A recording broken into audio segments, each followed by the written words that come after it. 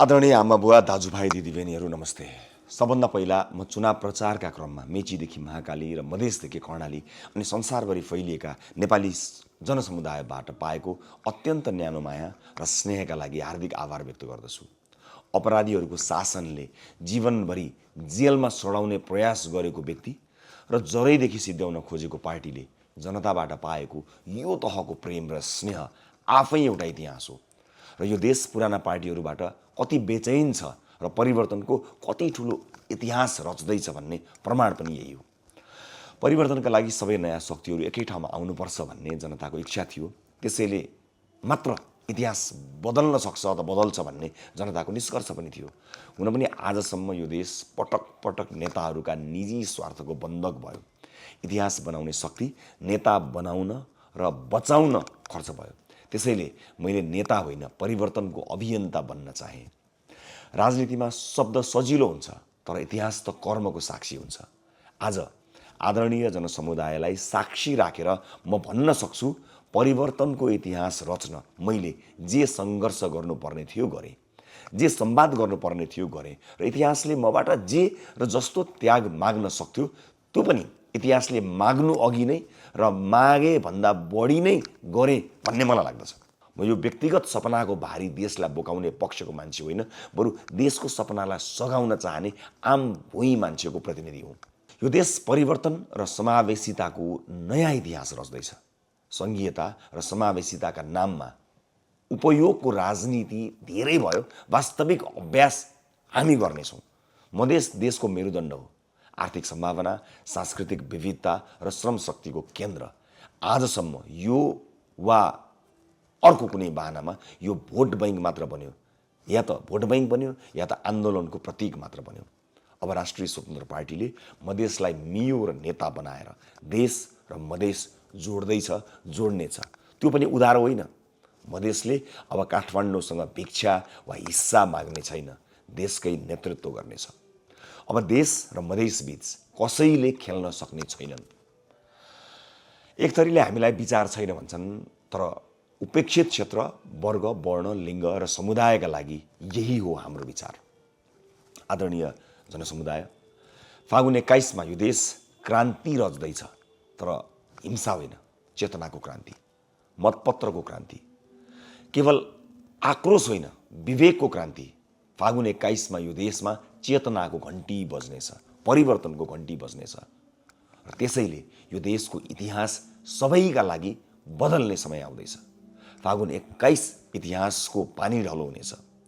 यिनीहरूले 37 वर्षसम्म कुशासन र भ्रष्टाचारको इतिहास लेखे। अब जनताले न्याय र परिवर्तनको इतिहास लेख्नेछन्, त्यो पनि उत्साहका रूपमा, आफ्नै हातले, आफ्नै मतपत्रबाट। तपाईहरूसँग म केवल एउटा अनुरोध गर्छु, मतदान गर्नु अगाडि आजसम्म मानेको कुनै नेता, पार्टी वा चुनाव चिन्ह होइन, विदेशिएका छोरो, छोरी, बुहारी, श्रीमान वा श्रीमतीसँगको विदाईको वियोग सम्झनुहोला। विदेशी मरुभूमिमा बगेका तपाईँका आँसु, पसिना सम्झनुहोला। एकातिर राज्य लुटेका नेता र कार्यकर्ताको चुरीफुरी, अर्कातिर आम जनताको मजबुरी सम्झनुहोला।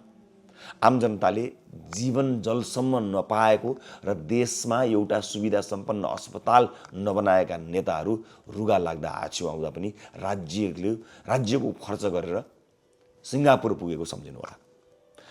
यिनीहरूको कुशासन र अहङ्कार पनि सम्झनुहोला। संसारले सबैभन्दा तेज गतिमा विकास गर्दा नेपालमा खेर गएका 37 वर्ष सम्झनुहोला। जम्मा सुशासन मागेका अबोध केटाकेटीमाथि यिनीहरूले चलाएको गोली सम्झनुहोला। गोली चल्दा 2/3 सरकार चलाउन पनि गठन भएको उच्च राजनीतिक संयन्त्र र त्यसमा बस्नेहरू को थिए तिनको अनुहार सम्झनुहोला। र त्यति धेरै युवा मारिएको साँझ पनि यिनीहरूको अनुहारमा अपराध बोध होइन, अहङ्कार र क्रूरता छल्किरहेको सम्झनुहोला। सिंहदरबार पुग्ने राजनीतिलाई धेरै पटक मत दिनुभयो यहाँहरूले। त्यो केवल नेताका लागि भयो, जनताका लागि भएन। अब सिंहदरबार बदल्ने सङ्कल्पका लागि मत दिनुहोस्। अब सिंहदरबारबाट नै सुरु गर्ने हो निलो क्रान्ति। राजनीतिक दलका मानिसहरूले पछिल्ला 37 वर्षमा यो राज्यका हरेक धमनीमा विष भरेका छन्। त्यो विष निकाल्न सिङ्गो राज्यको संरचना फेर्नुपर्छ, बदल्नुपर्छ, यसलाई पुनर्संरचना गर्नुपर्छ।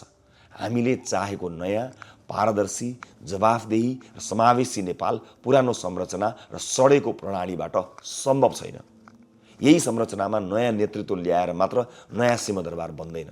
संरचनात्मक सुधारका लागि हामीलाई चाहिन्छ 2/3 स्पष्ट जनादेश। त्यसैले प्रत्यक्ष र समानुपातिक दुवै मत घन्टीमा खस्नुपर्छ। यसपटक भोट हाल्नु अघि नेताका अनुहार नसम्झौँ, पार्टीका अनुहार पनि नसम्झौँ, सन्ततिका अनुहार सम्झौँ। मलाई विश्वास छ फागुन 21मा यो देशमा चेतनाको घन्टी बज्नेछ, परिवर्तनको घन्टी बज्नेछ। कुशासनका पिताहरू अब संसदमा देखिने छैनन्। केवल सुशासन र अभिव्यक्ति स्वतन्त्रता मागेका युवाहरूको रगतले रङ्गिएका हातहरू र अनुहारहरूले संसदको उपस्थिति पुस्तिकामा हस्ताक्षर गर्न पाउने छैनन्। कुशासन र अहङ्कारले हार्नेछ, परिवर्तनले जित्नेछ। मेरा हजुरबुवाले कमाएको सम्पत्ति र चिन्जान नै हुनु अघि मेरी श्रीमतीले कमाएको सम्पत्तिलाई समेत कसुर गरी कमाएको भनेर सरकारले अदालतको ढोकामा मात्र टेकाएको सम्पत्ति शुद्धिकरणको मेरो जस्तो मुद्दाको नजिर मान्ने हो भने एकैपटक 50औं जना सांसदलाई यस्ता मुद्दा लगाएर संसदबाट निकाल्न सकिने रहेछ।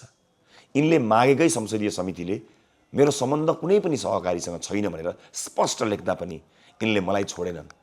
मान्छे खोज्दै, हात समाउँदै पूरक र थप उजुरी गर्न लगाए। अहिले त सरकारले नै म माथि प्रतिशोध साधेको भनेर अभियोग पत्र सच्याउने निर्णय समेत गरेको छ। मैले चुनाव जितेँ भने संसद टेक्न पाउँदिन भनेर कुप्रचार गरिरहेका रहेछन्।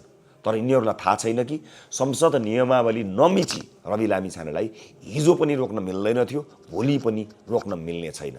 अबको संसदमा न त्यस्तो सभामुख हुनेछन्, न त्यस्तो प्रतिशोध हुनेछ, न त्यस्तो अत्याचार हुनेछ। चितवन 2मा मैले तपाईँहरूको पूर्ण प्रतिनिधित्व गर्नेछु।